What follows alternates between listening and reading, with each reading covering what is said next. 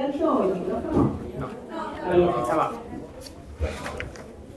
Bueno, buenas tardes a todas, todos. Gracias por venir. Hay compañeros docentes de La Plata, de Berisso, del Senada, del ESAMA también, de Chascomús, un montón de lados. Hay también docentes de institutos terciarios. Y agradecemos a los charlistas desde ya. Está Federico Puy, que es docente de primaria, referente de la agrupación 9 de abril, y uno de los prologuistas del libro que vamos a presentar hoy, y Andrea Rigoni, que es docente de letras e integrante del colectivo de trabajadores de la educación. Le damos muchísimas gracias por venir a la charla. Y queríamos hacer esta charla en un marco muy particular, de mucho ataque a la educación pública, a la salud pública, al conjunto del pueblo trabajador, a los jubilados, como vimos la semana pasada y esta semana, por parte del gobierno de Milei. Y queremos aprovechar este espacio para abrir un debate de qué educación necesitamos en el marco de que esta derecha palo-libertaria de Milei y sus cómplices quieren una educación al servicio de los empresarios, una educación con una orientación totalmente meritocrática. Entonces nosotros le queremos anteponer otro debate, un debate sobre que plantea una pedagogía de la colaboración, como plantea Vygotsky, en el marco de una pelea, en un debate más profundo, de una pelea contra todo tipo de opresión y contra todo tipo de explotación. Entonces, por eso presentamos este libro de Vygotsky, que es Lecciones de Paideología, y a su vez queremos recuperar la figura de este pensador, de este psicólogo, pedagogo, que fue parte del proceso de la Revolución Rusa, y hoy queremos recuperar la obra. El libro está editado, está prologado desde el IPS, Instituto del Pensamiento Socialista, que también hay otros libros que hemos editado, y queremos, luego de las exposiciones de los compañeros, queremos abrir el debate, porque lo que nos interesa es que nosotros podamos discutir no solo la defensa de la educación pública en este marco, sino también qué educación necesitamos y qué educación planteamos para este momento. Así que muchas gracias por venir, y después de las exposiciones, obviamente abrimos el micrófono para debatir, para discutir, y antes que arranquen los charlistas quería también plantear que estamos haciendo una rifa del libro, y todo lo que vamos a juntar va al servicio de la lucha de los docentes de Neuquén, que vienen haciendo una lucha enorme en defensa de sus derechos laborales, contra el ajuste del gobernador Figueroa, que está alineado con Milei, y ahora la burocracia sindical les quiere entregar la lucha. Así que bienvenidos a todos y arrancamos.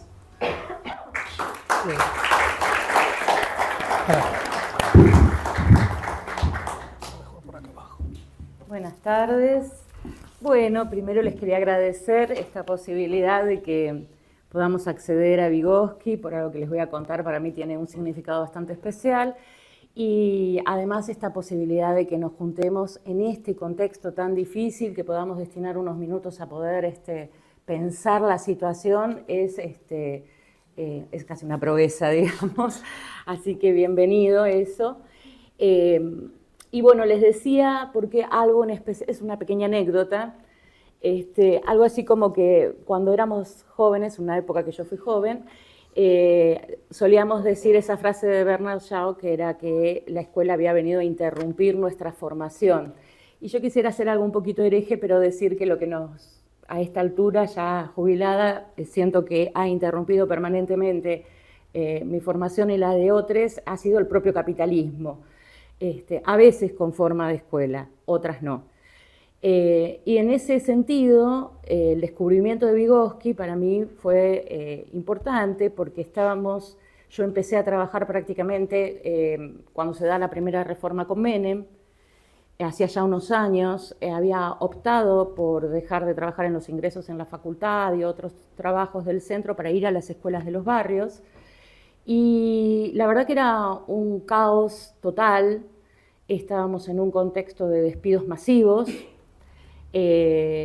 y con una reforma que todo el tiempo nos tiraba cuestiones vinculadas a modificaciones de las estructuras, a desarmar lo que había de educación, con un discurso que en principio había sido inclusive avalado por muchos teóricos que uno podría haber dicho progresistas, por ejemplo en mi caso Arnoux, que era una profesora de semiótica de la UBA, entonces había un respaldo. Las burocracias, las dirigencias sindicales también apoyaban esa reforma, después ahora dicen como que no, pero efectivamente ellos estaban junto con la reforma que se hizo en la época del menemismo, y eso significaba también dentro del aula un problema permanente con algo que tenía que ver con el conocimiento, que se cuestionaba mucho qué era lo que enseñábamos, no en el sentido de mejorar los contenidos, etcétera, sino en el sentido de empezar con una invisibilización de aquello que no se producía, que empezaba a no producirse, que era aquello que se ve como nuevo, como conocimiento, y en particular con los temas vinculados a los procesos de abstracción. Es ahí que yo ya estaba casi decidida a dejar, buscándome otro trabajo, lo cual no era fácil, muy angustiada en una estación de trenes de Citibel, porque trabajaba en la escuela de Barrio Saboya, que hago así y había un libro. Y lo miro al libro y decía Brunner. Lo empiezo a ojear. Debo confesar que si bien tenía algo más de lo social, tampoco me convencía tanto, pero había una cita de un tal Vygotsky que dije, che, esto está bueno lo que está. Me distraje de la angustia que tenía y empecé a buscar. Me resultó muy difícil encontrar textos de Vygotsky. Encontré alguna fotocopia en una carpeta dentro de la Facultad de Humanidades. Las cátedras no estaban trabajando de acuerdo a lo que yo leía ahí, y sí encontrar a Vygotsky para mí fue un respiro. Por eso me parece, yo agradezco que estén publicando libros de Vygotsky, porque de repente en ese contexto de la reforma había alguien que decía, como parte de un proceso revolucionario, como fue el de la Revolución Rusa, se planteaba tener un método desde el materialismo dialéctico y planteaba problemas que eran los que sí estábamos viendo en la escuela. Ambas cosas, con un lugar que le daba al lenguaje que nos parecía muy importante respecto a la conformación del pensamiento complejo. Y eso para mí, bueno, fue realmente empezar a pensar que si bien no era posible, al igual que pasa ahora, ponernos a pensar cada uno de nosotros, formarnos, etcétera, porque la precarización laboral ya en ese momento empieza a ser muy fuerte, veía ahí que había una herramienta con la que podíamos enfrentar una situación de deterioro respecto a la adquisición del conocimiento.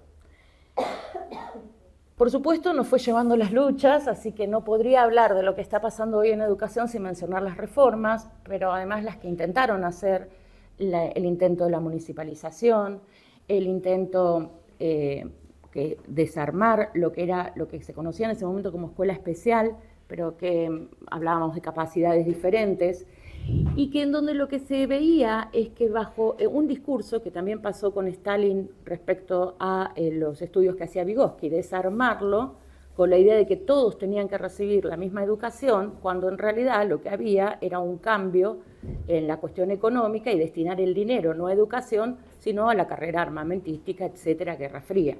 Y eso nosotros también lo veíamos acá, que bajo un discurso de que supuestamente es para que todos puedan estar en un ámbito sin diferenciación, que sería que todos estuvieran en la escuela pública, se desarmaba, por ejemplo, la escuela que había vinculado a las cuestiones psicomotrices. Y acá uno siente la necesidad de hacer una aclaración, que no es que a uno no le gustaría que hubiera una educación que verdaderamente estuviera pensada para todos, con los elementos necesarios. No era así. Era evidente que en aulas de 30, en donde había una implosión social que se manifestaba permanentemente, en donde había dentro del aula,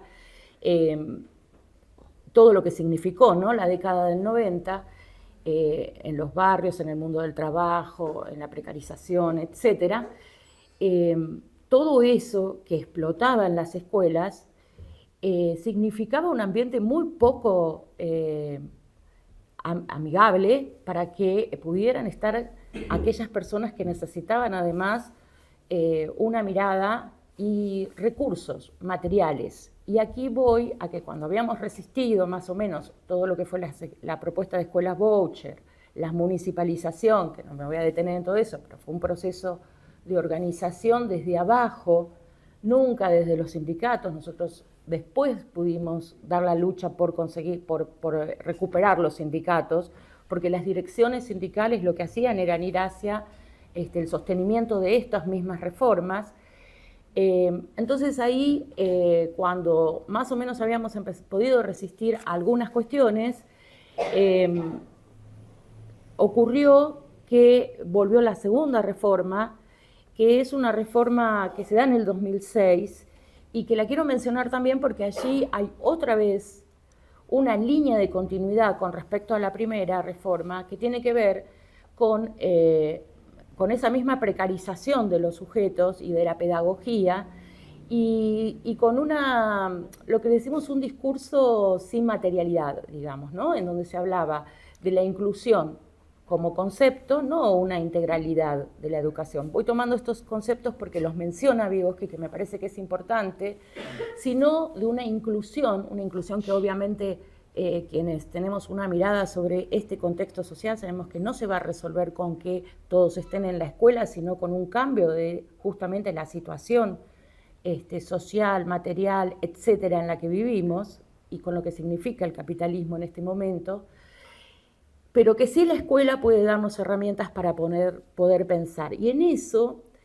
hay una cuestión que tiene que ver con la formación y con el pensamiento, si se quiere, el pensamiento complejo, con el pensamiento abstracto, que nosotros veíamos que se deterioraba cada vez más y que la relación entre el sujeto docente y el sujeto del estudiante era una relación en la cual se culpabilizaba permanentemente a los docentes de una educación que no funcionaba, cuando se había hecho todo para que no funcionara, y a su vez se negaban lo que acá se menciona en Vygotsky como síntomas, no para hacer una educación vinculada a los síntomas, sino para ir hacia un estudio clínico, y eso tiene que ver con qué momentos del desarrollo estaban teniendo. Entonces, esto que hoy seguimos viviendo, que tiene que ver con negar directamente la existencia de las dificultades, mientras que se dice, por otro lado, bueno, la educación no funciona, está estallada.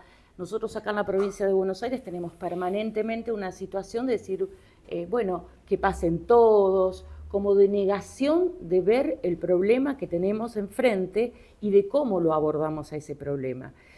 Estoy mencionando estas cuestiones porque justamente lo que plantea Vygotsky, que estaría dentro del constructivismo, porque otra cuestión es que donde empezás a nombrar algún tipo de cuestionamiento a lo que sea Piaget o inclusive Emilia Ferreiro, inmediatamente dice, pero entonces vos querés conductismo. No, entre esa línea de la tabla rasa, por decir rápido, lo que es ese conductismo con sus diversas variantes, la línea de Pavlov, digamos, ¿no? Donde el niño, la niña, el estudiante es una tabla, es algo vacío, a lo cual le metemos el contenido y ya. Y la otra, que es la evolucionista, es decir, que hay un desarrollo biológico que en algún momento se va a adquirir el conocimiento, aparece Piaget claramente como algo interesante con respecto al constructivismo y con un sujeto activo. Entonces, esto que mantiene Piaget, esto que mantiene también Emilia Ferreiro, es importante para quienes pensamos justamente en que qué hacemos con la educación y cómo lo tomamos en nuestras manos, pero era insuficiente. Lo que le agrega Vygotsky, que voy a dejar para esto, que acá está el especialista para que hable de eso, tiene que ver con cómo hay alguien que desde afuera, o sea, cómo hay un mecanismo que es a través del habla, que se incorpora a lo social, y cómo esa relación entre lo que se llama lo filogenético y lo ontogenético preexisten y en algún momento se funden y se encuentran y produce ese salto del pensamiento de tipo, como diríamos, más abstracto, de pensamiento complejo.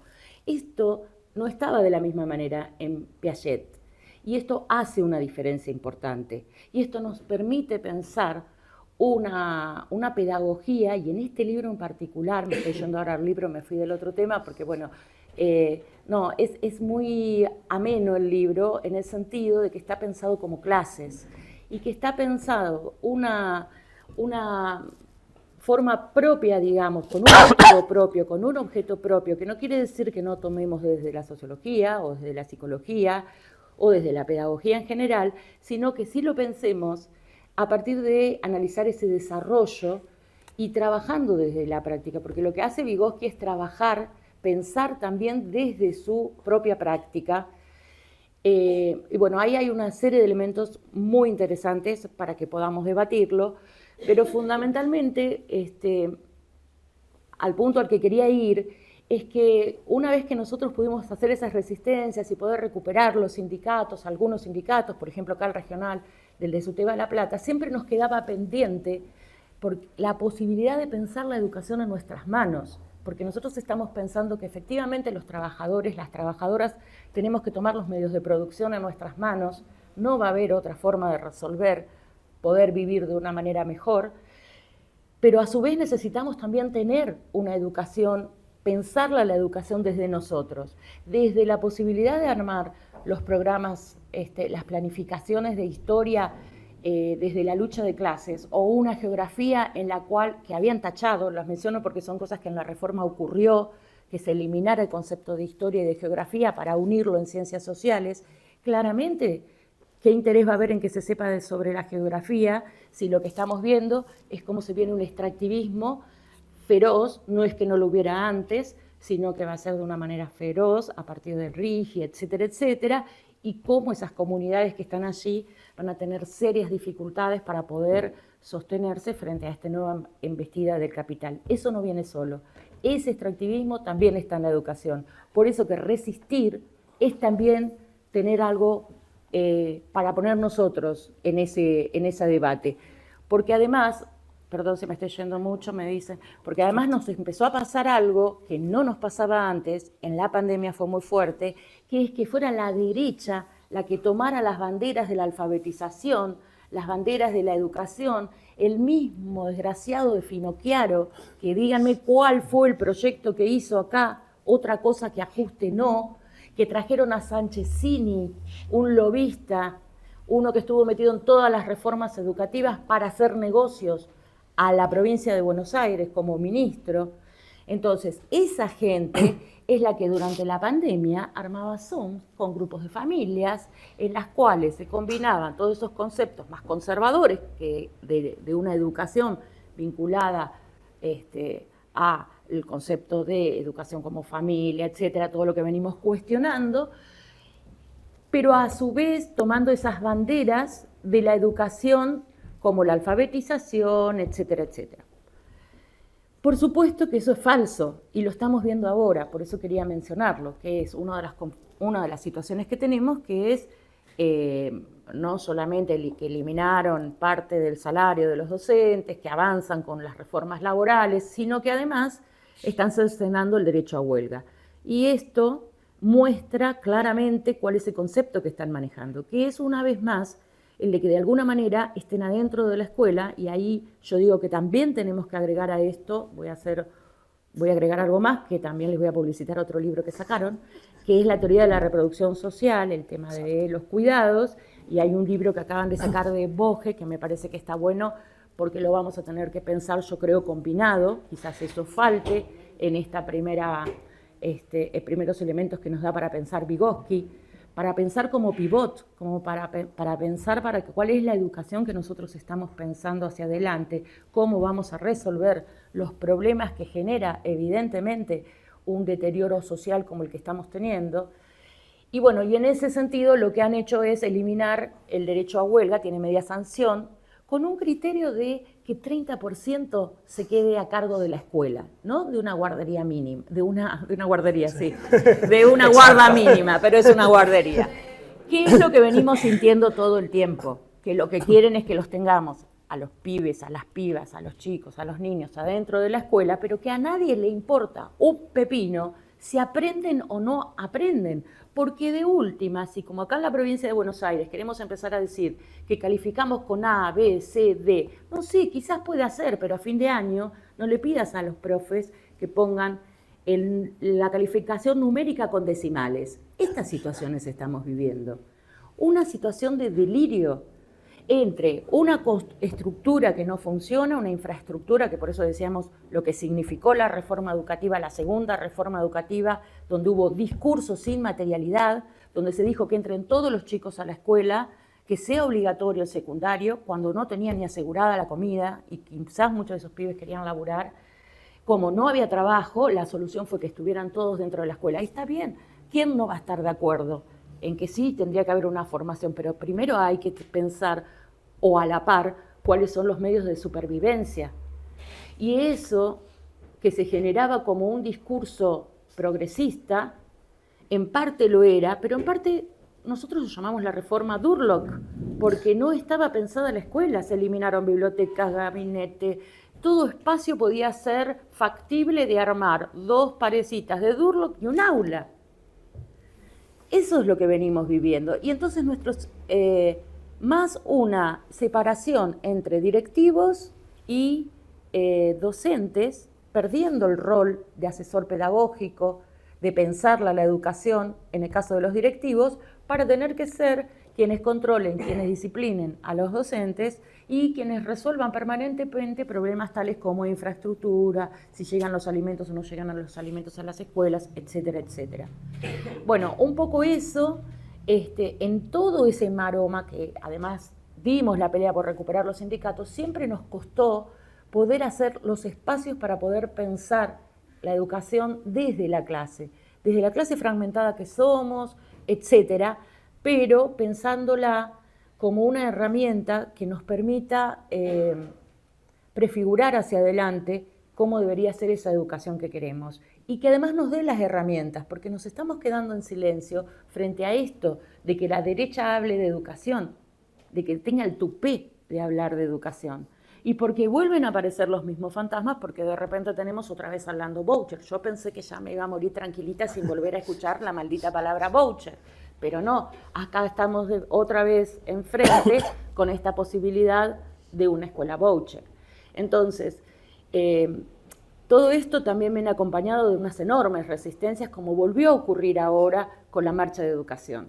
Entonces, sigue habiendo elementos para que nosotros podamos pensar, aunque efectivamente es muy difícil generar esos espacios, con el cansancio que hay, con los dobles cargos que tienen los docentes y las docentes, verdaderamente se vuelve muy difícil poder generar. Yo no veo otra manera que no sea de manera colectiva, o sea, no podemos pensarlo individualmente.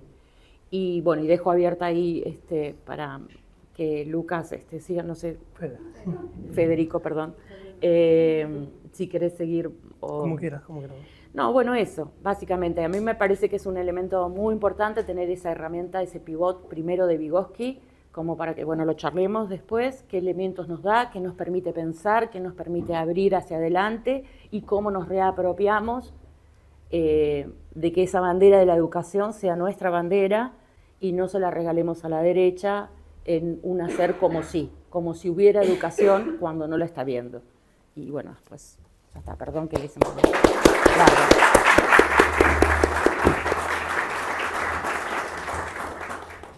Bueno, me dijo Lucas porque es casi una cita ciega. Charlamos con Andrés. Sí. Perdón, Federico. Y gracias a que tuviste ese libro en el tren, ahora estamos hablando de los dos acá de Vygotsky, pero no habíamos intercambiado antes ni para la charla, ni qué visión teníamos un poco para pensar la educación, así que tiene esos traspiés.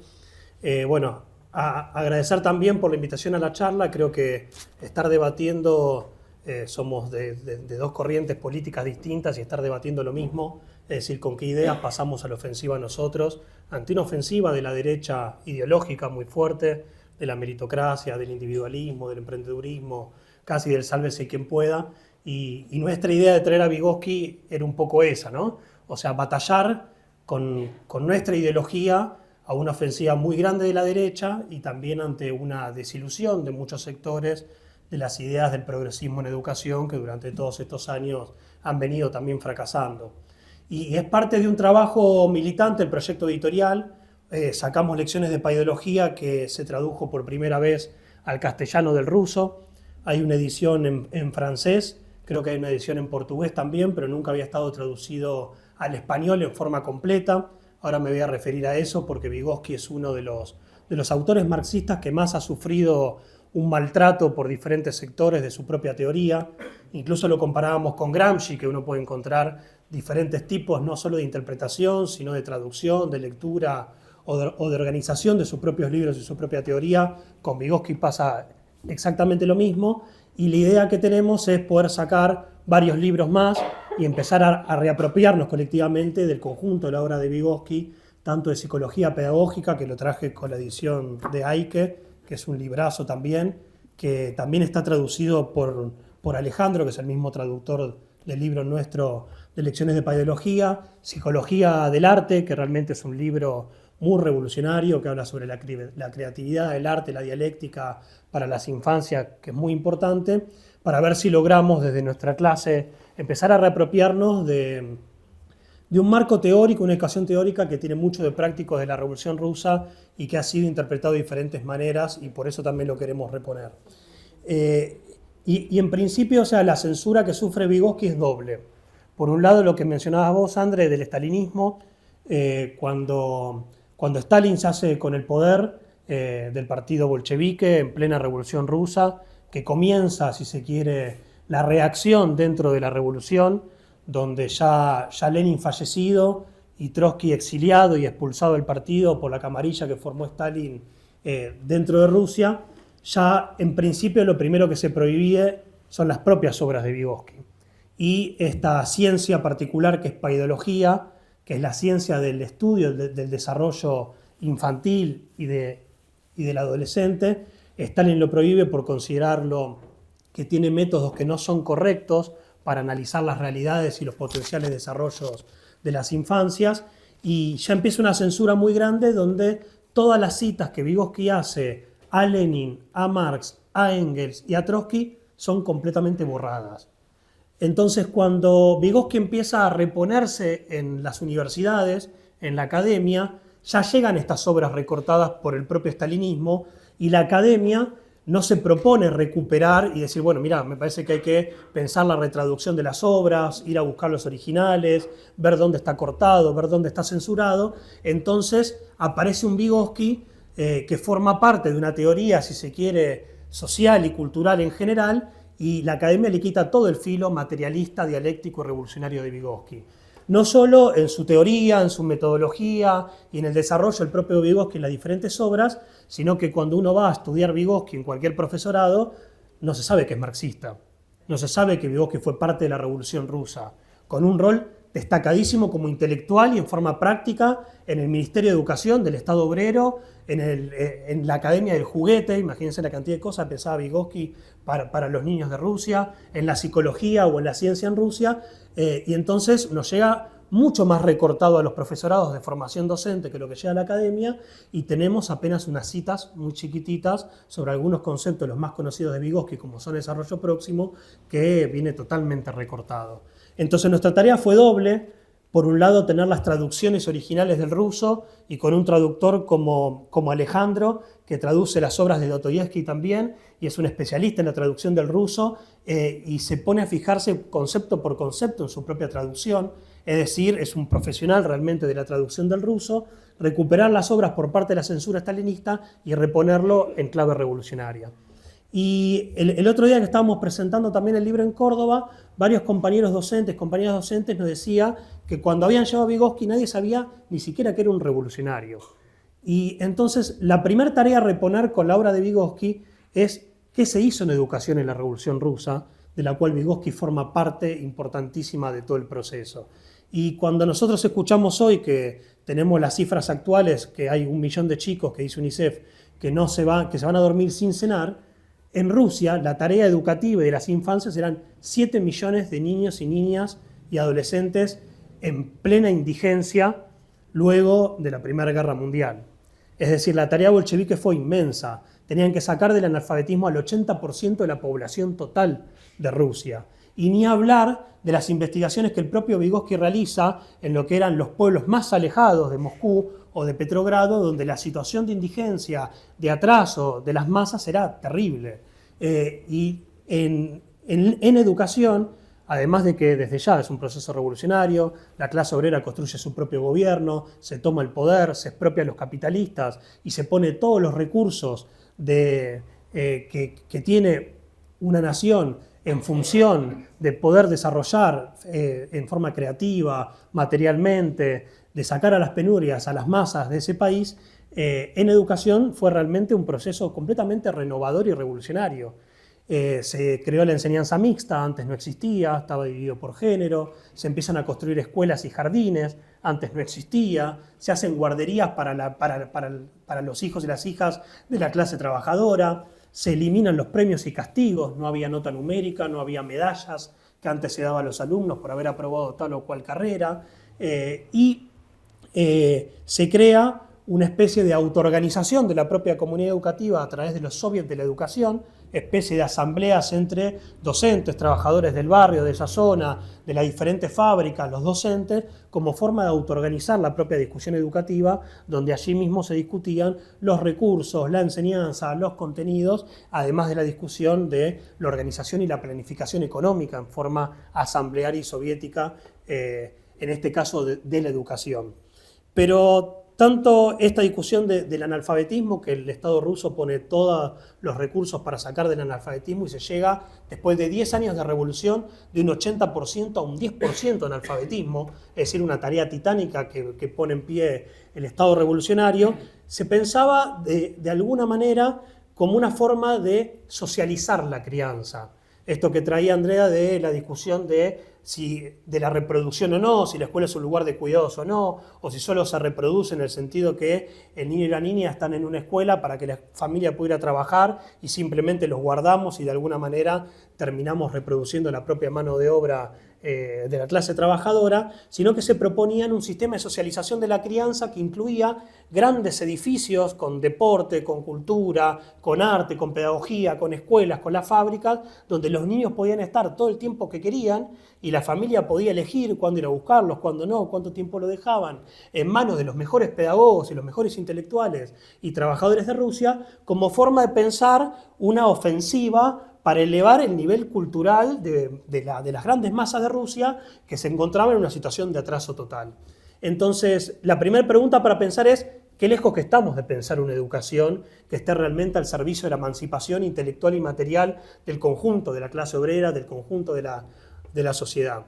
Y por el otro lado, pensar que reponer en clave revolucionaria al propio Vygotsky implica discutir esto, implica discutir que nosotros no podemos pensar incluso qué mejoras podemos tener en educación en general sin pensarlo desligado de que Vygotsky es parte del proceso revolucionario, de que ocupa diferentes lugares durante la revolución.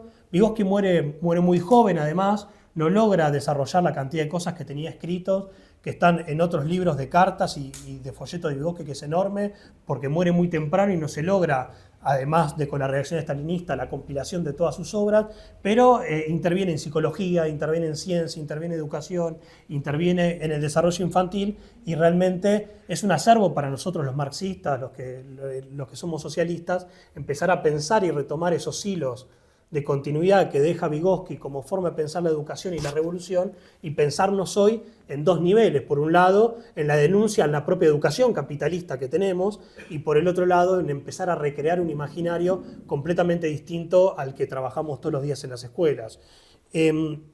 Y yo creo que esta perspectiva de que nosotros por lo menos empezamos a discutir un poco en la agrupación, en la Marrón y en el PTS, de que ante la ofensiva de la ultraderecha empezar a hablar de las ideas neoliberales y capitalistas más concentradas del individualismo, Vygotsky en lecciones de paideología demuestra un camino científico para demostrar completamente lo contrario a lo que dice esta derecha libertaria. La derecha libertaria está constantemente diciéndonos que la clave del desarrollo y del ascenso, si se quiere, social, es la individualidad y la competencia desleal con el de al lado, marcando si se quiere, las leyes más del mercado, del capitalismo, y donde el niño y la niña entonces en un aula o en una escuela lo único que tiene que hacer en forma individual es competir con el de al lado, estudiar más, esforzarse individualmente y no importa la situación material y la situación social que tenga, y eso lo va a hacer ascender individualmente. Acá está bien el que se esfuerza, acá está bien el que compite, acá está bien el que se cree que es su propio jefe y hace de emprendedor, y lo único que está haciendo el capital y la escuela es preparar para un mundo del trabajo precario. Bueno, Vygotsky demuestra en todo este libro completamente lo contrario, y lo demuestra en forma científica. Tanto en el prólogo, porque esto es un trabajo que viene tomando hace muchos años Juan Duarte, que es un compañero del partido, que es psicólogo, que ya ya retomó otro de los libros de Vygotsky, que es La crisis histórica de la psicología, y lo compilamos con otro texto de Vygotsky que se llama la transformación socialista del hombre, que muestra cómo en un proceso revolucionario el ideal del socialismo puede hacer avanzar la creatividad humana hasta lugares insospechados.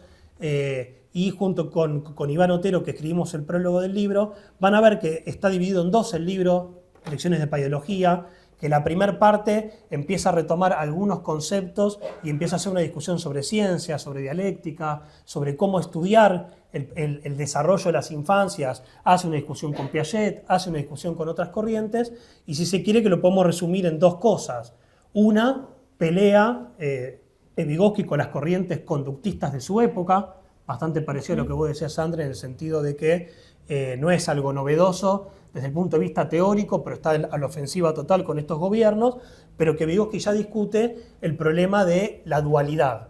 ¿Qué es el problema de la dualidad de Vygotsky? Separar mente del cuerpo, separar el individuo de lo social, separar el individuo de lo social de lo cultural, es decir, hacer una separación total del individuo y mostrar cómo el individuo en su desarrollo es una individualidad en una sociedad, en una cultura, en su propio desarrollo, y donde el desarrollo de las infancias no es evolutivo, es dinámico, dice Vygotsky, es un desarrollo donde la clave está en pensar qué es lo que va surgiendo de las infancias como algo nuevo, o sea, qué se le impone a la propia personalidad del niño y de sus actitudes como algo nuevo, incluso corporalmente y biológicamente, para poder atender eso nuevo. Acá nos hace acordar bastante a los métodos que tenemos en marxismo para poder buscar estos saltos de cantidad y calidad, ¿no? Donde al niño se le van acumulando ciertas cuestiones y de repente aparece una crisis o aparece algo nuevo, y Vygotsky lo estudia a partir de ello, y donde hay momentos, incluso en el propio desarrollo del niño, donde hay estabilidad.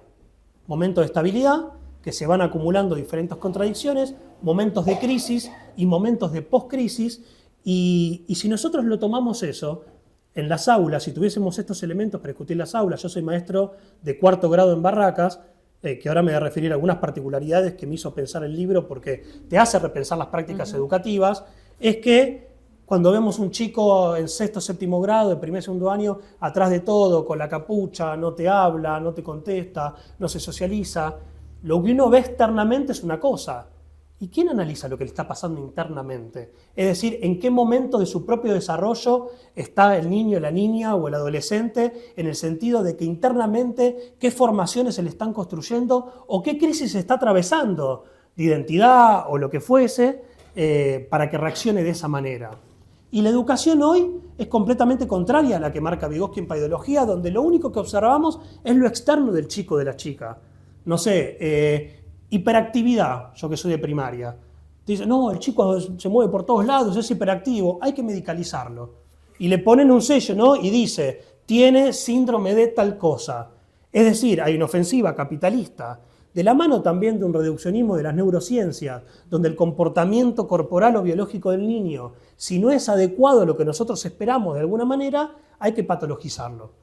Y hay que darle, obviamente, llevarlo a un hospital, que le den algún tipo de tratamiento o lo que fuese. O sea, es un método que es diagnóstico exterior en el sentido de lo que le pasa al chico externamente y nunca internamente en el sentido de qué desarrollo está haciendo o qué está pensando o por qué crisis está pasando.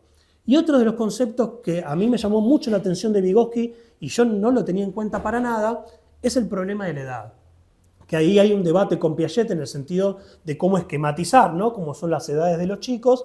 Y Vygotsky dice, bueno, nosotros podemos considerar que puede haber dos tipos de edades. A mí yo cuando leía no entendía nada y dije, ¿cómo dos tipos de edades? Dice, una edad cronológica, la del DNI, entonces no sé, mis alumnos en 4º grado tienen 9 o 10 años, lo veo el documento, le pongo en el registro de la escuela, tiene 10 años, pero esa es una edad cronológica del chico o de la chica. Y dice Vygotsky, y también tenemos que evaluar la edad paidológica.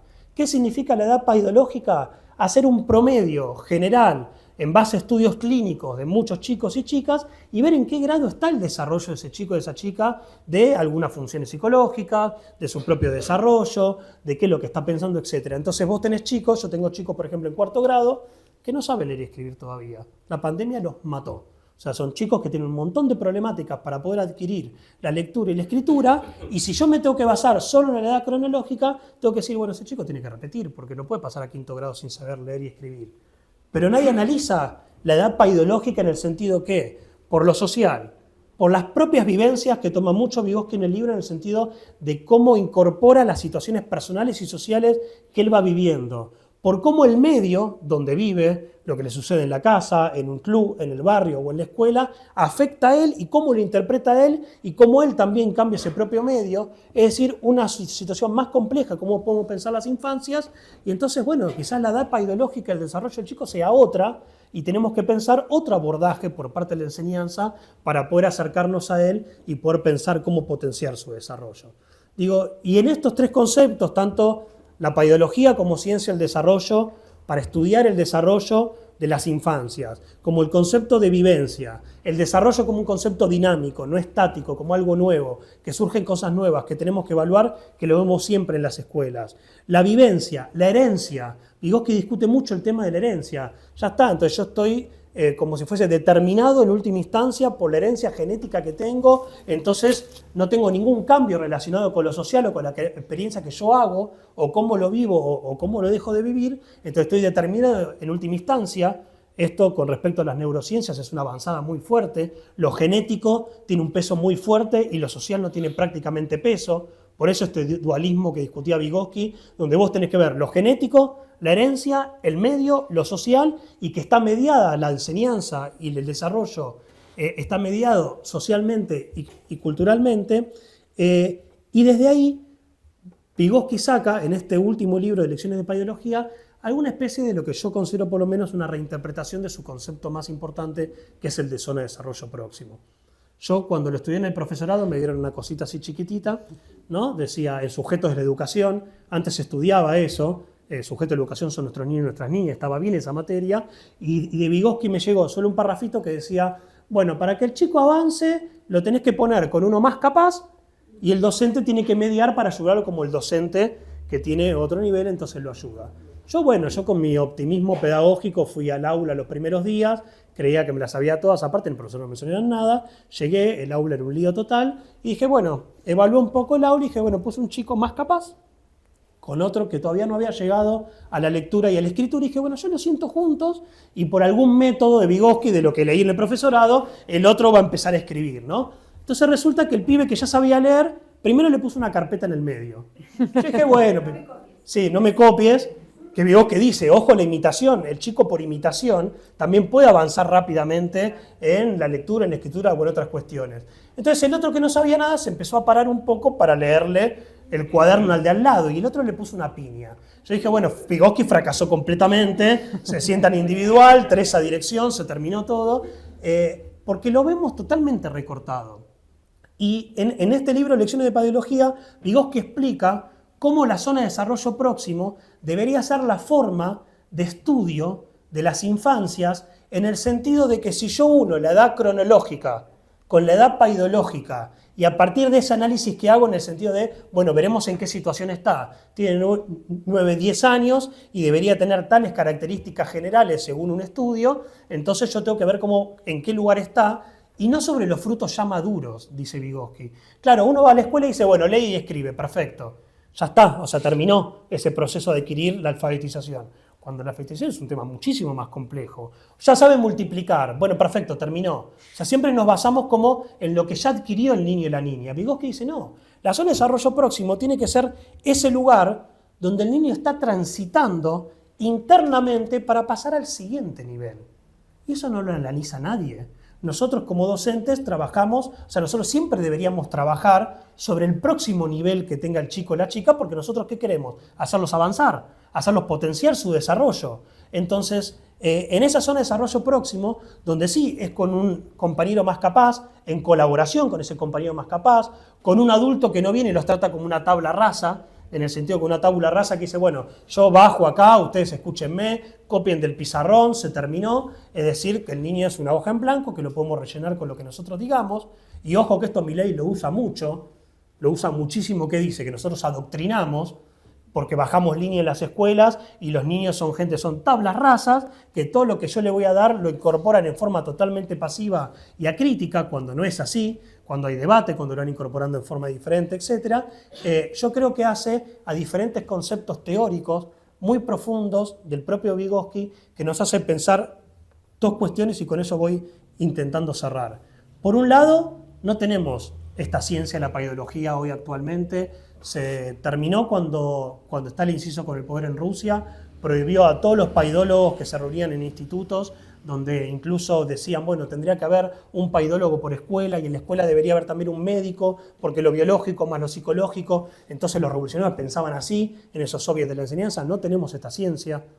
No pensamos hoy nosotros porque estamos muy alienados por nuestro trabajo, en el sentido no de un cansancio corporal, que trabajamos doble turno, triple turno, lo que fuese, sino que nuestra forma de trabajo, donde esperamos los avances, los chicos y las chicas, está muy desligado de lo que conseguimos como objetivo de nuestro propio trabajo, nos frustramos mucho, nos está costando mucho realmente el abordaje en las aulas, nosotros empezar a reponer desde el marxismo estas ideas desde dos puntos de vista, de denuncia del capitalismo actual, de que la escuela es un lugar donde los gobiernos quieren que nosotros vayamos a formar cada vez más mano de obra precaria para un mundo del trabajo que es completamente hostil, que los chicos no sepan de historia. ¿Para qué tienen que saber de historia? Con que sepan matemática y lengua estamos, pues tienen que saber leer y escribir, y algo de matemáticas para el comercio, para lo que fuese, o a lo sumo, formarlos como mano de obra un poquito más calificada para ir a alguna fábrica a ocupar un lugarcito del proceso productivo.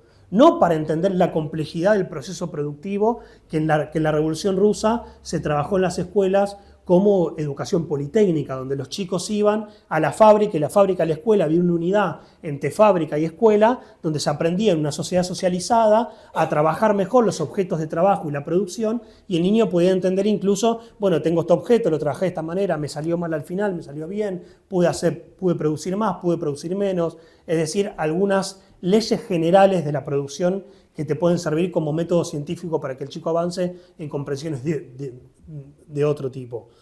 Nosotros queremos reponer el potencial de Vygotsky porque creemos que las ideas de individualidad sobre lo social las tenemos que poner muy fuerte. El medio, el ambiente y lo social es fuente de desarrollo de cualquier ser humano. El otro se nutre de eso, de lo social, de lo colectivo, del diálogo, del debate, de aprender del otro, de todo lo que va sucediendo no solo en una escuela, sino en un barrio o en una casa o donde fuese. En segundo lugar, porque nuestra apuesta es de una pedagogía de la cooperación. ¿En qué sentido? Una pedagogía de la cooperación en el sentido que los saberes de ella con los saberes míos, con lo que dijo el otro, con lo que dijo el maestro, con lo que aportaron en el aula, se pueda unificar en saberes colectivos para poder avanzar colectivamente también. Y en este sentido, y por último, el marxismo viene atrasado con esto, y hay que decirlo. Lo charlábamos antes en la puerta con Andrea, porque hay, si se quiere, para simplificar, dos versiones del marxismo para discutir la educación.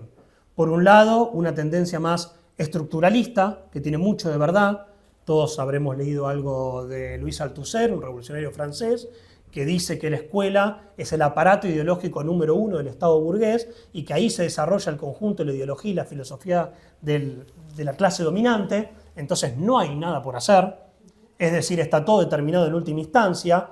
Ahora acá hay dos interpretaciones, porque el último Althusser, antes de que muera, escribe que el mayo francés rompe los aparatos ideológicos con la lucha de clases. Entonces ahí se podría hacer alguna reinterpretación, pero todo el marxismo lo interpretó como que no se puede hacer nada en la escuela pública, no hagamos nada. Está todo determinado en última instancia, estamos reproduciendo el sistema dominante, tanto por el currículum oculto, las clases, los recreos, el timbre, esto, lo otro, pasar de grado la organización escolar, como también los contenidos que damos, y por el otro lado, el rol del sujeto, del docente, del estudiante es cero. El marxismo lo ha interpretado de esa manera. Y por otro lado, si se quiere, se ha interpretado en forma idealista la educación con su principal referente, que es Paulo Freire, a través de las ideas, del diálogo, del convencimiento, del debate, de lo colectivo. Tiene cosas muy buenas Freire, como la crítica a la educación capitalista como educación bancaria, el tema de la unidireccionalidad de la educación, etcétera, pero que nosotros, o sea, lo que queremos es un cambio material, social, cultural e ideológico del conjunto de la sociedad. Y sin, como plantea Vygotsky, pensar, que lo dice en el libro, que los problemas de la educación se resolverán junto con los problemas de la vida, en el sentido de transformar en forma revolucionaria la sociedad, y que los docentes, lo dice en pleno Rusia, si no son parte de la construcción colectiva de estas discusiones y de la propia revolución, no sean docentes, dice, lo dice muy tajantemente y lo dice en debate. Entonces yo creo que nosotros tenemos la tarea de ponernos a la ofensiva con nuestras ideas, de plantear que estas son las ideas de un socialismo, si se quiere, que en plena Revolución Rusa pensó en potenciar y liberar a las masas oprimidas de toda su creatividad, de poder realmente pensar. Y Vygotsky cierra este libro con una frase de Trotsky, de Literatura y Revolución, que en un proceso revolucionario la pedagogía puede cohesionar con grandes partidos que piensen este tipo de liberación económica, material, social, intelectual, cultural, como una forma realmente de poder potenciar el desarrollo de la humanidad. Entonces yo creo que la tarea que tenemos con Vygotsky es esta, no es una tarea fácil. La apropiación del libro es muy importante para poder empezar a debatirlo, no a la de ofensiva, decir que nosotros somos socialistas revolucionarios, que Vygotsky también fue parte de la construcción del propio partido bolchevique en Rusia y que ha intervenido intelectualmente, materialmente, activamente en todo lugar que se le ha ofrecido para poder cambiar esta realidad. Yo creo que es tarea nuestra, de educadores y educadoras, no ser solamente docentes, como decía Vygotsky, sino también participar de esta discusión activa con nuestras ideas y de ya pelear en cada escuela, en cada fábrica, en cada barrio, por transformar la realidad. Bueno, ya hasta acá.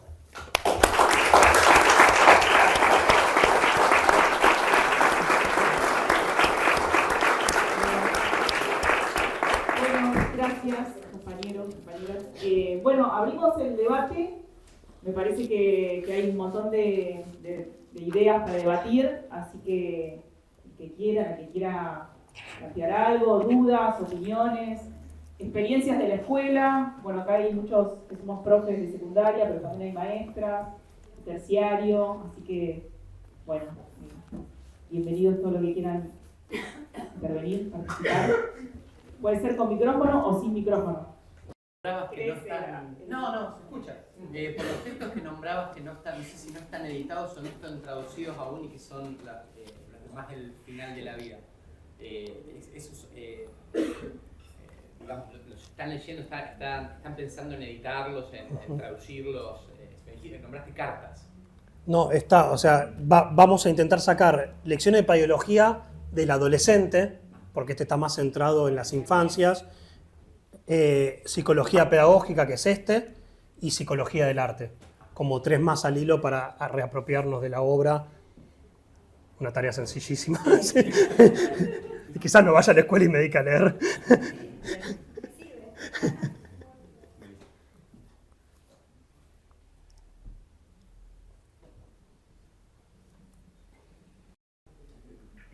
Como la necesidad que tenemos de una narrativa socialista, ¿no? O sea, esto último que planteaba, bueno, el marxismo no tiene nada para decir en la educación porque es la determinación última la que marca, o esto que tenemos en los últimos años, freísmo a la carta, digo progresismo platónico también, o sea, es una cosa así. Sí, esa idea me gustó, ¿no? Como la necesidad de... Y a la vez, esto también de que como que hemos quedado atrampados por defender, obviamente nosotros no estamos de acuerdo con la meritocracia ni con todo eso que se nos quiere tirar por la cabeza, pero también creemos en la elevación del ser humano. O sea, ¿cómo poder distinguir eso, no? Es decir, no es meritocracia, pero creemos en la elevación del ser humano. Y Y esta educación progresista no es una educación de la compensación, del parche, de la conformidad, ¿no? También.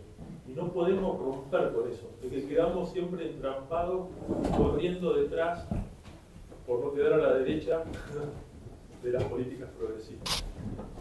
Me da esa sensación. Y nos quedamos en la mera lucha reivindicativa y no le podemos romper ese discurso por no caer en supuestamente el discurso meritocrático. No sé si se explica. Sí, totalmente. Pero justamente creo que ser socialista implica la elevación. Nosotros queremos a otra humanidad, a otros seres humanos, ¿no? Eso no puede ser parche. Pero bueno, eso hay que como hasta encontrar palabras propias. Entonces quiero leer el libro, sí, porque creo que yo creo que no tenemos palabras todavía acá en Argentina. Quedamos entrampados en esa. Y al no tener palabras a veces se hace difícil defender. ¿No? Bueno, tendré más cosas, pero eso como una repita. En ese sentido, una vez más, José, y estamos entrampados en el tren. Bueno, cortito, me parece que hay varias opiniones. Por lo que vos planteás, Ale, y por lo que plantea José, en la provincia de Buenos Aires, cuento para Fede que viene de otro distrito. Súper progre, Claro, son 15 años de macrismo. Está el planteo de la reforma de la escuela secundaria, donde se va a eliminar la repitencia. Bueno, y hubo algunas jornadas de debate, entre comillas, muchas comillas, en las escuelas. Y bueno, hubo muchos que planteamos, por un lado, que nos imponían una reforma que estaba discutida entre 10 que no pisan una escuela ni a palos, y después en el marco de una total precariedad, porque muchos docentes decían, bueno, ¿y esto cómo lo vamos a implementar? En el sentido de que, por ejemplo, un chico que no repite, entonces tiene que hacer como 2 años en uno, entonces mientras hace cuarto, tiene que recuperar materias de quinto, entonces ese docente va a tener más alumnos porque tiene que hacerse cargo de 2 años a la vez. Bueno, entonces había bastante discusión que, digamos, se plantea, el gobierno de Kicillof plantea una reforma contra la repitencia, que me parece que la mayoría que estamos acá estamos de acuerdo, o debatamos, que repetir en sí mismo no ayuda al aprendizaje, pero que lo que estamos planteando también es que la reforma que plantea el gobierno de la provincia de Buenos Aires no tiene, o sea, primero que no hay presupuesto, no está basado, no tiene materialidad, en el sentido de decir, bueno, cuántos docentes más, cuánta planta docente más va a tener las escuelas para hacer esta reforma. Bueno, tuvimos la experiencia del FINES, tuvimos la experiencia del FORTE, del PIEDAS y todos los planes precarizadores. Entonces me parece que está bueno y es un aire fresco en debatir, bueno, ¿qué educación necesitamos nosotros que realmente sostenemos la escuela pública? Porque todas las últimas reformas, como planteaba Andrea, vienen de arriba, las imponen, por un lado con un método totalmente antidemocrático y por otro lado también al servicio del mercado, porque el progresismo también plantea una educación para el trabajo, no es que plantea otro modelo. Entonces me parece que está bueno, tenemos muchos frentes de batalla también, porque digamos, hay un frente de batalla que es defender la educación pública contra la escuela voucher, contra el privatismo de torrentes y demás, pero me parece que tenemos que ir más allá y me parece que está bueno debatir estratégicamente qué educación necesitamos. Vamos a hacer grupos de estudio también con el libro para ir desarmándolo. Entonces, invitamos también a participar.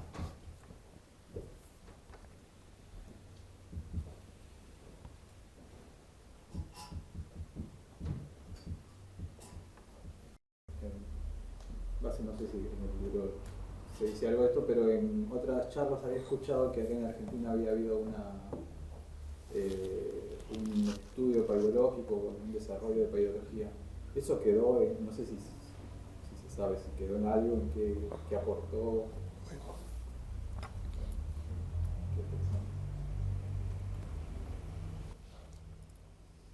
No sé cómo quieren hacerse, hacemos algunas preguntas más y vamos intercambiando. Claro, ¿alguien quiere plantear algo más? Creo que Fede está haciendo una listita de cosas. Sí, es la lista del supermercado. Paleología, trampa que caemos. ¿Querés decir algo, Andrea? ¿Eh? ¿Qué? No, Dale. ¿Seguro? Dale. Bien, yo creo que parte de las reformas hablan bastante de lo que están diciendo. O sea, los más impulsores de las reformas es el propio FMI, es el Banco Mundial, que tiene un libro que se llama Profesores Excelentes, que habla de que el docente tiene que ser neutral, desideologizado y un mero facilitador de contenidos, en el sentido que puedo poner una computadora, una pantalla y el docente puede decir, bueno, miren acá, vean esto, lo que fuese, o como una bajada de línea directamente, donde la discusión política, que se puede interpretar de diferentes maneras, está vedada. Desde ya que yo creo que ninguno de nosotros y nosotras vamos a un aula y si un chico dice algo parecido a Milei, que yo tengo varios, en séptimo grado lo mandamos a dirección, ¿no? O sea, no hacemos eso. O sea, ni tampoco llegamos, hacemos una bajada de línea brutal en un aula, sino que nosotros intentamos, a raíz de un diálogo sobre contenidos o lo que fuese, ir construyendo, que ellos construyen autónomamente sus propias opiniones. Yo creo que quieren que los docentes seamos cada vez más desideologizados, porque saben también que en este rol de la escuela, que es un rol doble, porque es un rol que reproduce la ideología dominante, pero es un rol donde puedes dar muchísimos debates y puedes transformarla incluso en organización, que nosotros le bajemos cada vez más el contenido a todo. Todas las reformas, tanto la de provincia como la que ahora quieren poner en capital, en el secundario, siempre van de lleno contra las materias humanísticas, por ejemplo. Porque lo que se pretende es que sean las ciencias duras y además, por ejemplo, en Capital dicen que van a empezar a enseñar a los chicos a tener habilidades blandas. Yo, no entendía nada, dije, ¿qué es habilidades blandas? Dije, lo voy a buscar, un chico blando, ¿qué es? O sea, la habilidad blanda es que vos sepas pedir perdón, por ejemplo. Sepas decir, me confundí. Como una habilidad moral, entonces, si vos te confundiste, sí, me confundí, tenés razón. Eso, qué sé yo, primero es un valor humano, sí me confundí, pero después es para preparar para que el patrón cuando te diga, che, escuchame vos esto, y vos digas, sí, patrón. O sea, la habilidad blanda es para responder a una forma de organización vertical, capitalista de la sociedad, que es parte del mundo del trabajo, donde además cada vez está más ligada, si es que hay algún tipo de salida laboral para los pibes y para las pibas, a un mundo de trabajo completamente precario. El que no está para rápido, para pedido ya, va a estar para algún coso del mundo financiero. En Capital se enseña billetera financiera, para que los chicos aprendan la timba financiera en las aplicaciones, en los juegos, que ahora está causando problemas de ludopatía total en un montón de adolescentes. Es decir, la escuela siempre se va transformando al servicio de las necesidades de los diferentes nichos de acumulación capitalista y del capital. Por ejemplo, en Jujuy, los más interesados en una educación, por ejemplo, hoy son todos los ligados al litio. Las escuelas de Jujuy tienen un lema ahora que es, con energía del litio transformamos la provincia. Es decir, quieren buscar que tanto lo ideológico como lo material en el sentido del mundo del trabajo sea para el extractivismo. Si vos vas a otros lugares, por ejemplo, del propio Jujuy, en Ledesma organiza las escuelas de la zona. Las patrocina, les da plata, le consigue casas a los chicos para que después vayan a laburar en forma totalmente precaria a las grandes fábricas. Y en Provincia de Buenos Aires lo vivimos con las automotrices. No sé si se acuerdan que en pandemia el gerente de Toyota, creo que fue, dijo, che, estamos podridos porque la escuela secundaria no forma para mi fábrica y no sabe las necesidades básicas para poder trabajar en mi industria. Cuando un montón de pibes de Campana habían terminado primario, secundario, todo, le enviaban los currículos y podían trabajar, pero ¿qué estaba diciendo ese patrón? Estaba diciendo que lo necesita cada vez más precarios, o sea, con menos niveles de conocimiento, con menos niveles críticos de la propia realidad, y lo necesitan cada vez más dóciles para el mundo del trabajo. Entonces ahí nosotros podemos meter un debate fuerte, en el sentido de decir, bueno, está bien, la escuela reproduce en última instancia las desigualdades sociales, desde ya, pero ¿cuál es el rol de los militantes socialistas en la escuela? O los militantes sindicales en la escuela, o los militantes políticos en la escuela. Bueno, un primer rol es esta batalla ideológica de los propios sentidos comunes. Hay un montón de sentidos comunes construidos sobre la escuela que realmente, como decía Andrea, desde la derecha lo están agarrando para bombardear constantemente nuestras prácticas educativas. Pero después nosotros tenemos que ser críticos de la educación que hay. Que realmente los pibes no comprenden texto en el secundario es una realidad, no sé con qué darle. Que en primaria no terminan su proceso de alfabetización es una realidad, lo tengo en mi propio grado. Ahora, ¿qué sucede? La secundaria, en la universidad dice, van chicos al CBC que no saben comprender texto. La culpa es de la secundaria. La secundaria dice, pasaron chicos al secundario que no saben leer y escribir ni comprender texto. ¿La culpa de quién es? De la primaria. Yo recibo en la primaria y digo, ¿cómo no sabe leer y escribir su nombre? La culpa es de nivel inicial. Y las maestras de nivel inicial echan la culpa, o sea, la abuela, la tía, alguien. O sea, todo es una cosa de tirar las responsabilidades políticas y educativas sobre los docentes y las docentes y nunca sobre el sistema que organiza la propia educación en función de sus propias necesidades. Y estas reformas, que son al servicio del FMI y del Banco Mundial, están muy ligadas a las necesidades productivas. Entonces vos no tenés una educación única en Argentina. Primero porque seguimos con esas reformas que contaba Andrea de los 90, donde tenemos un sistema, no hay un sistema educativo, hay 24 sistemas educativos distintos por las provincias. Y cada provincia amolda la educación a la necesidad y los intereses de los capitales de esas provincias. En Virrey del Pino, me comentaba un compañero de la Marrón, de allá de Virrey del Pino, que dice que ahora toda la educación secundaria es orientada al comercio. O sea, tenés que saber, no sé, la contabilidad, sumar, restar, multiplicar. ¿Por qué? Porque lo pidió la Cámara Empresaria de Comercio de Virrey del Pino. No tenemos mano de obra para nuestro lugar. Bueno, entonces nosotros creo que nuestro rol es doble. O sea, nosotros tenemos que pasar, o sea, está bien, ¿ese Estado integral en qué sentido? En que reproduce la ideología dominante, pero además incorpora sectores de masas a un lugar que parece de ascenso social. Porque todo el mundo dice, yo quiero que mi hijo vaya a la escuela, eso es así. Incluso la clase trabajadora pelea por la mejor educación para sus propios hijos. Ahora, nosotros tenemos que utilizarla para cuestionar de raíz qué educación tenemos, qué contenidos, quiénes definen los contenidos, qué organización escolar, para qué queremos preparar a los pibes, qué son realmente aprendizajes significativos, por qué no tenemos una ciencia al servicio de pensar cuál es el nivel de desarrollo de los chicos, en qué momento están, por qué no tenemos psicólogos, médicos, trabajadores sociales y nutricionistas en las escuelas trabajando codo a codo. O sea, nosotros cuestionar todo eso, pero saber que en última instancia no es que nosotros estamos publicando las obras de Vygotsky para mejorar nuestras clases. Y eso es un debate que tenemos que dar. ¿Se mejora el mundo con mejorar la educación? ¿Sí o no? Es un gran debate que tenemos. Los que dicen que no categóricamente se bancan la escuela tal cual como es y afuera son combativos. Vamos al Puente Porredón, vamos al sindicato, enfrentamos la burocracia, la policía de Burley, organizamos. Ahora, ¿y adentro de la escuela qué sucede? Y los que dicen al revés, que con educación se transforma el mundo, esas clases que son maravillosas, se piensa distinto, se organiza distinto, son realmente significativas, no están unidas a la lucha de clases. Bueno, nosotros tenemos un lugar, la escuela es un lugar esencial para unir las dos cosas, es un lugar bisagra para unir las dos cosas. Los debates por la ideología y los sentidos comunes, yo creo que con Vygotsky nosotros podemos avanzar muchísimo más en mejorar la crítica de la educación capitalista, y en mejorar mucho mejor, en mejorar la denuncia del estado de situación de las infancias. No nos alcanza con decir que 1 millón de pibes no cenan. O sea, para decirlo mal y pronto. Eso es algo que conmueve, que tiene que conmover, que te tiene que mover, que te tiene que llevar a organizarte, a decir, este sistema no va más, es completamente irracional. 1 millón de pibes se van a dormir y no comen, y después al otro día van a la escuela y por eso me piden una vianda o que le compre un sándwich o lo que fuese. Ahora, nosotros somos socialistas revolucionarios, también decimos que queremos transformar la realidad, que queremos destruir el capitalismo y construir un sistema social en base a la colaboración, que es el socialismo, que te permita con los medios de producción socializados potenciar la escuela como nunca antes hayamos visto en nuestra historia de la humanidad. Si nosotros no recreamos ese imaginario socialista y además llamamos a organizarnos, porque después también está mucho el problema de la individualidad de nuestro trabajo, que a mí a veces me pone bastante ansioso estar 5 horas en un aula. Estoy solo con los chicos constantemente, es un trabajo que no tengo con un otro adulto, una pareja pedagógica, quien fuese, que me permite criticar mis propias clases, ver qué pasó allá, ayudar a aquel, pensarlo mejor, sacar conclusiones, escribir.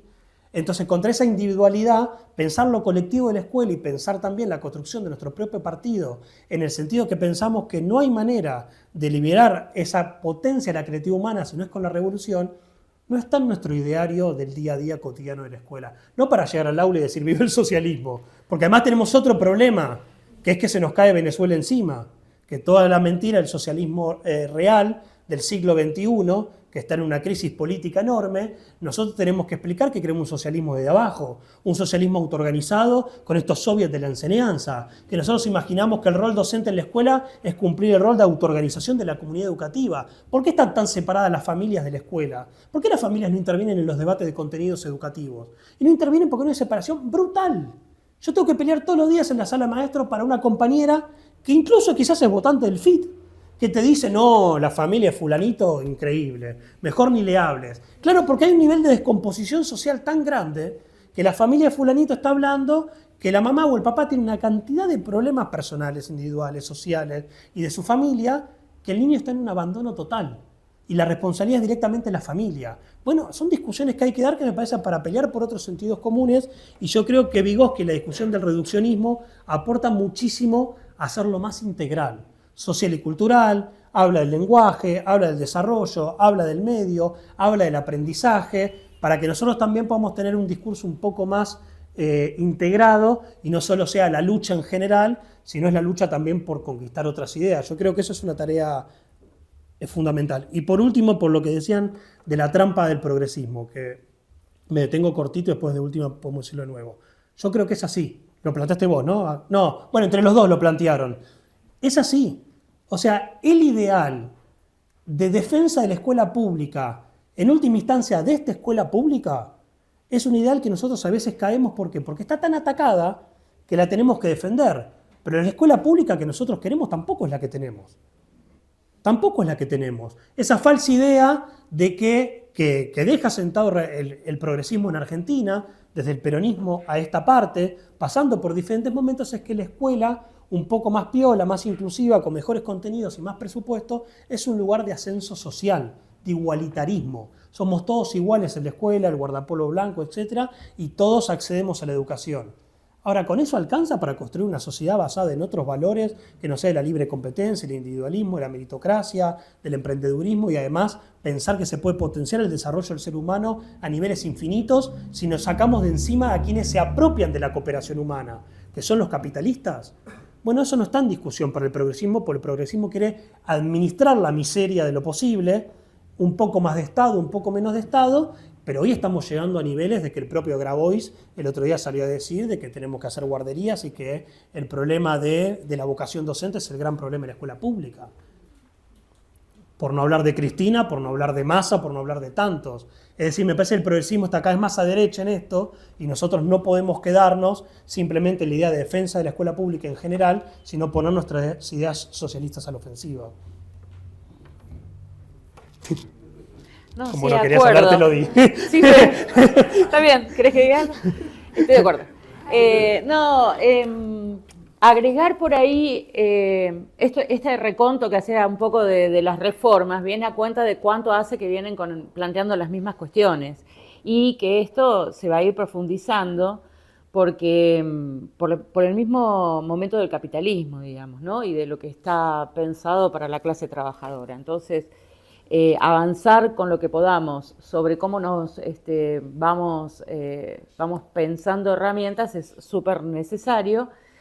Quería agregar un punto que me lo recordé ahí cuando estaban diciendo al principio, que tenía que ver con las pruebas estandarizadas, que no las nombramos, que esto también está bueno para pensarlo confrontando a eso, porque ¿qué significa esas pruebas estandarizadas, además de negocios? En la subjetividad y en la construcción y en el lugar del docente, ¿no? Me parece que esa es una herramienta que hay que tenerla presente, porque por supuesto todo el tiempo estamos diciendo que los pibes y las pibas no están leyendo, no hay docentes que digan que la educación funciona perfectamente para que se necesite una prueba externa que lo que va a hacer es permanentemente premoldear y seguir conformando qué tenemos que aprender o no, o desaprender, digamos. Y bueno, y eso tiene que ver conocemos el modelo de Chile, de mínima, pero ha ocurrido en muchos lugares y es un punto también para pensarlo desde la construcción que hace con el modelo de lo psicológico Vygotsky. Pero, y con esto que él decía de la diferencia entre la edad de desarrollo, digamos, cronológica y el momento de desarrollo. Pero lo otro que quería agregar, y yo sé que con esto me pongo medio polémica, pero que yo voy a seguir cuestionando la idea de que inclusive pensemos como pensamiento y habla. Hay algo que tiene que ver con la producción, es decir, ¿quiénes más que nosotros vamos a estar interesados en que los pibes y las pibas logren los procesos de pensamiento complejo? ¿Cómo si no vamos a estar hablando de plusvalía? Este era mi problema cuando yo pensaba, digo, pero sí, claro que no está aprendiendo a leer y escribir, no puede generalizar. Entonces resultó ser que aquello que nosotros pensábamos que era una porquería, que enseñaban los sustantivos, los adjetivos y verbos, y que queríamos enseñar todos los paradigmas nuevos que habíamos estado aprendiendo en la facultad, dijimos, no, necesitamos el sustantivo, porque no hay categoría, no hay pensamiento, no hay generalización. Y ahí hay un desarrollo también que es interesante de ver por qué la generalización en el texto este que tiene acá Vygotsky. Todo esto siempre pensándolo, como ya lo venimos mencionando, como un proceso en el cual nosotros vayamos hacia la construcción de una nueva sociedad con los medios de producción en nuestras manos, y para eso tenemos que pensar en otra forma de construcción de saber, claramente. No en esta forma así, no como inclusive plantea Emilia Ferreiro, por eso digo que a veces yo sé que me vuelvo polémica, porque está todo bien, con Brunner también, tiene muy buenas intenciones, entiendo que es un sujeto activo, pero luego hay cosas que, inclusive desde lo teórico, no cierran. Por ejemplo, Vygotsky logra explicar ahí una cuestión que es la diferencia entre una oralidad primaria y una oralidad secundaria.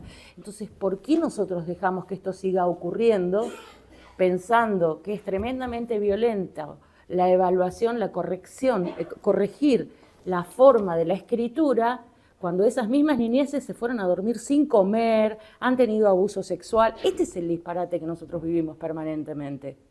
O sea, lo plantean de una manera no científica, a ver si nos entendemos. Y esa idea queda dando vuelta y queda dando vuelta, y vos decías lo del jardín. Nosotros hemos hecho notas desde las familias para que los dejaran usar un cuadernito en el preescolar, porque lo tienen prohibido. La zona de desarrollo próximo se utiliza de manera inversa, a mi humilde entender. Puede ser que esté re equivocada, debatámoslo, porque quizás del otro lado hay argumentos que me convencen. Pero la zona de desarrollo próximo está planteada como, no importa si no aprendió ahora, lo va a aprender más adelante. Exacto. Cuando Vygotsky lo plantea exactamente en la inversa, dice, si tengo una piba, un pibe, que está con otro nivel, eso lo tomo y lo tiro porque mal no le va a hacer a los que están, aunque lo incorporen y lo internalicen y den el salto posteriormente. Y eso no es lo que estamos viviendo nosotras en las escuelas, sino todo lo contrario, porque nos necesitan como un sujeto no pensante, absolutamente alienado, que vivimos de frustración en frustración, que seamos eso, los que abren y cierran la escuela mientras se hace la producción o la no producción que está alimentando este sistema. Y quería dar un ejemplo, Fiambalá, por lo que decías, Fede, del tema de cómo sí intervienen permanentemente las empresas.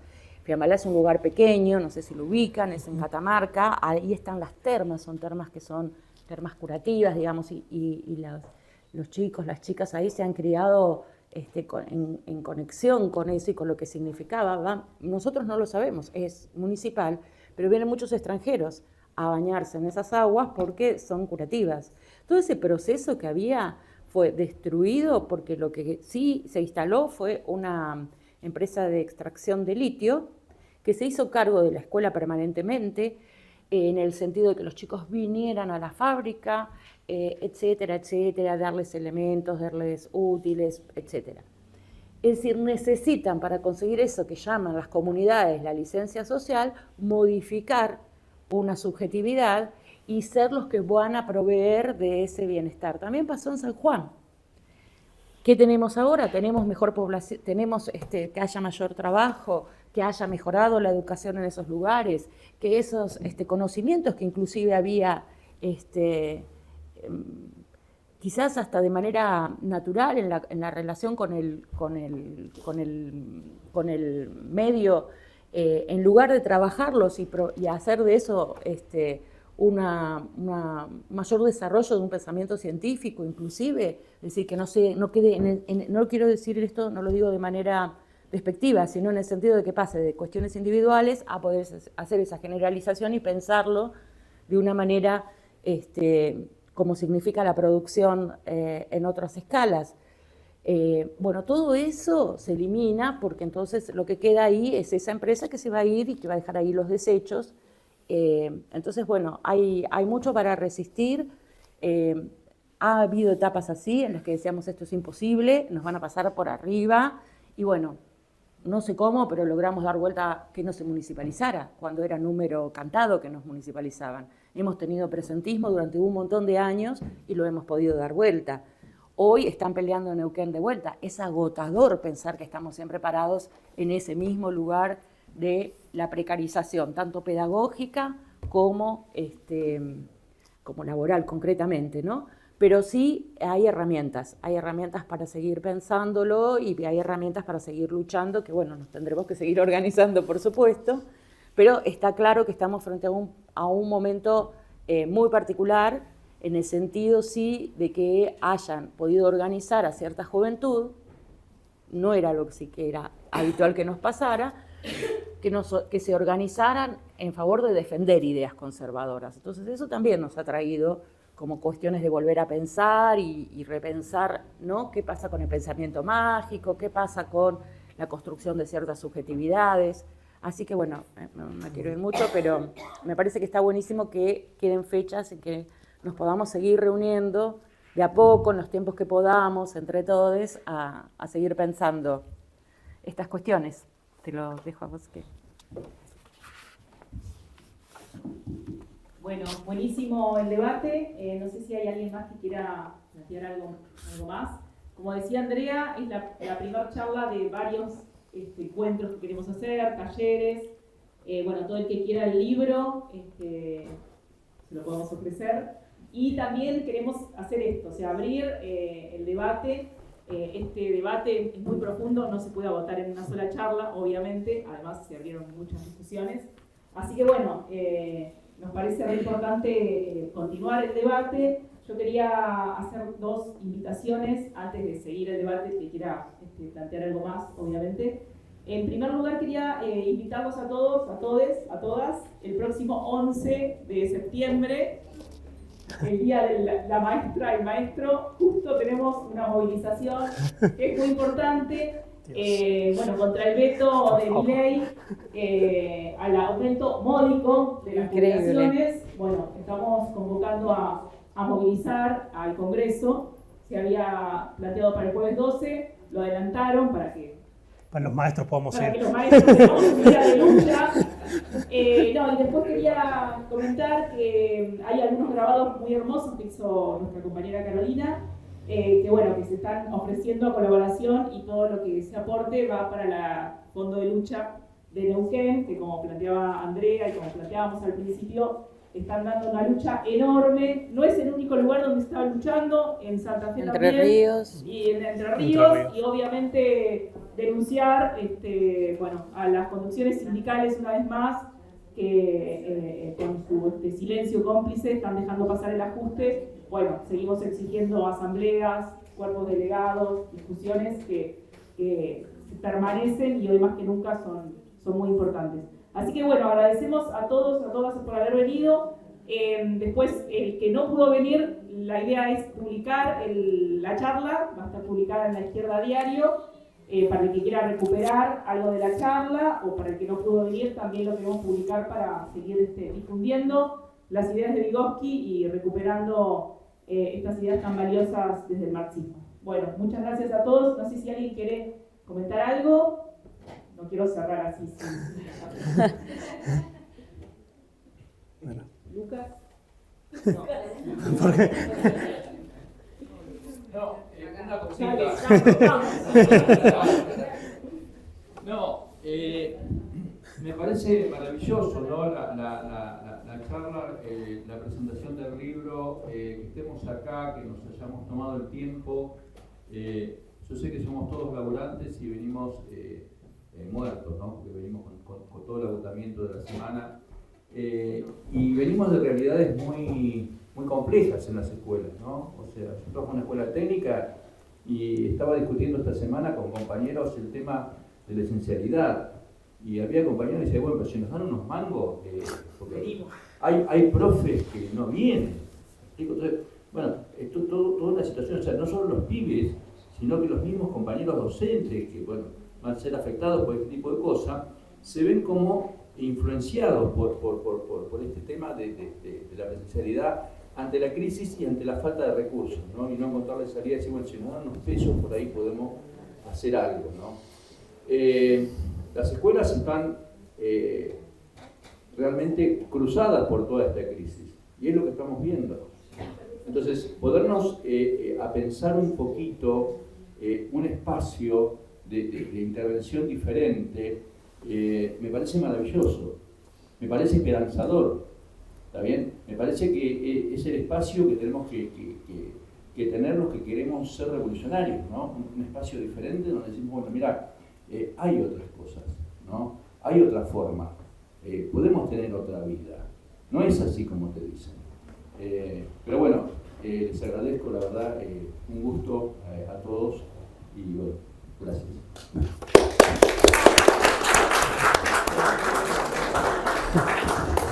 No, algo que me quedé pensando que está bueno de la charla, esta cuestión que plantean, bueno, del medio y del Estado y las empresas, porque contaban cosas de la provincia, pero sin ir muy lejos, por ejemplo, Copetro acá patrocina jardines y primarias.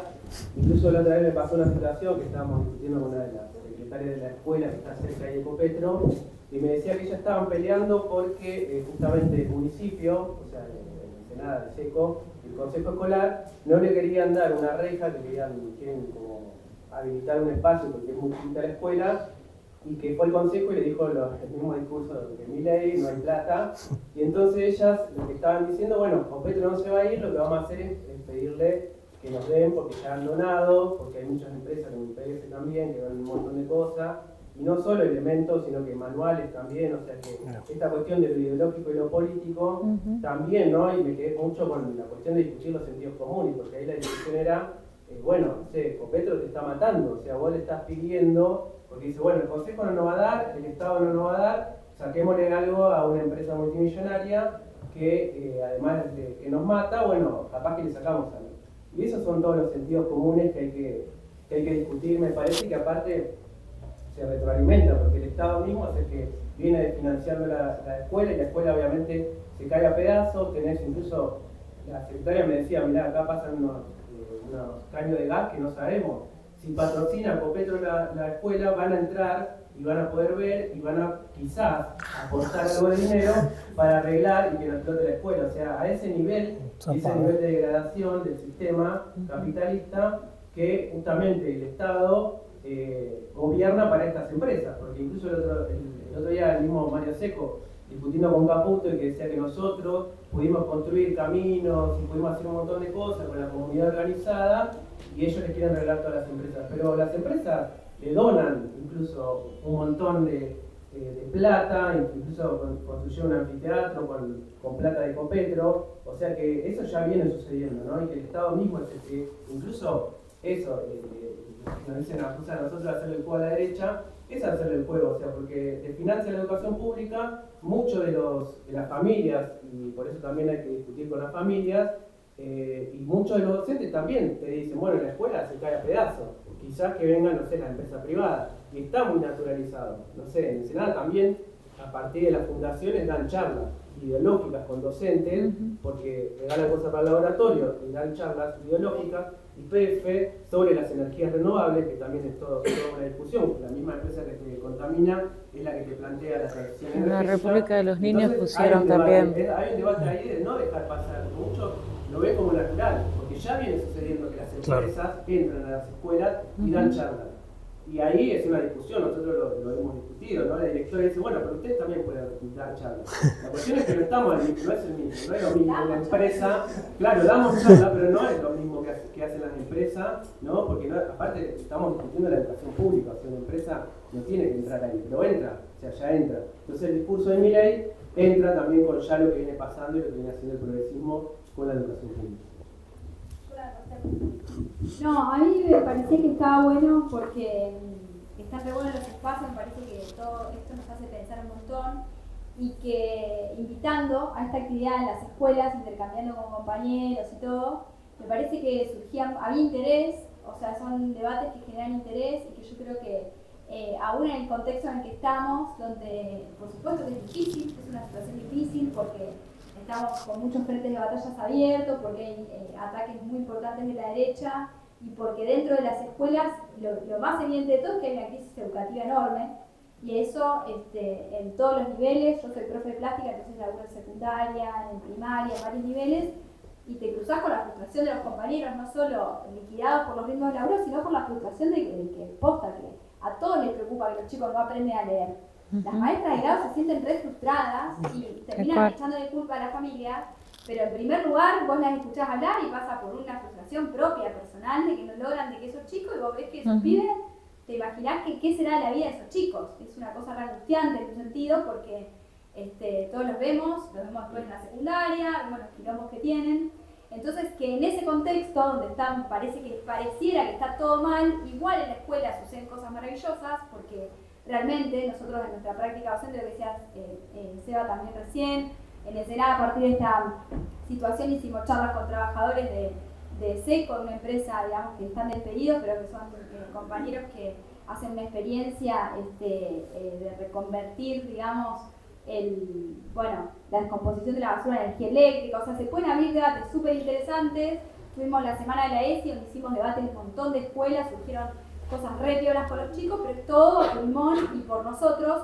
Pero eso no hay que perderlo, y a mí me parece que en situaciones tan críticas como la actual hay que pensarlas como una oportunidad, porque más allá de que cuesta, de que está difícil, me parece que el interés que genera la propia invitación a esta charla, cuando nos movemos y hacemos cosas en las escuelas que rompen un poco la rutina, que buscan, sabemos que no vamos a transformar la educación así, pero sí que vamos a ir instalando jalones, espacios de debate, ir poniendo ahí ideas en la cabeza de los chicos, organizando con nuestros compañeros, y que entonces me parece que yo me quedaba pensaba en lo que decía Fede de los soviets de la educación. Bueno, falta un montón, vaya si falta un montón, pero sí que son imaginarios, recuperar esto, el imaginario, un poco por lo que decías vos, o sea, darnos la posibilidad de pensar una escuela distinta, donde podamos ir haciendo experiencias parciales hoy, pero que sirvan en el sentido de avanzar en organizarnos, o sea, que hay que salir de la individualidad, que hay que romper con esto que dejó la pandemia, que también nos encontramos mucho, de que voy, laburo, quedo liquidado, me vuelvo a mi casa a descansar, y que hay que rompernos la cabeza para ver cómo hacemos para avanzar en espacios de organización adentro de las escuelas, afuera de las escuelas, con laburantes de la zona, donde podamos ver que se haga un debate para dar, con las familias. Bueno, todo cuesta, es verdad que todo cuesta, pero me parece que hay que pensar que estamos atravesando una crisis que ya es evidente, que quizás es un límite, que los falsos progresismos también están llegando a un límite. Digamos que todo el discurso del mal menor que se nos quiso instalar durante mucho tiempo está llegando a un límite, y que entonces es una oportunidad para los que queremos pensar distinto, para los que queremos instalar otro imaginario, ideas revulsivas en la escuela, que bueno, hay que romperse la cabeza, pero hay que buscar espacios para organizarnos, de debate, de asamblearios, bueno, de los que se nos ocurran, pero me parece que mucho la necesidad de la organización, de fortalecer agrupaciones políticas en las escuelas, de ayudar a la organización de los pibes, la constitución de centros de estudiantes, bueno, pensar muchas ideas para avanzar en la organización colectiva dentro de las escuelas, y para eso nuestra agrupación La Marrón y todas las agrupaciones con las que tenemos una tradición de haber construido la oposición a la burocracia, la multicolor y todo, tenemos que estar, digamos, al pie del cañón para hacer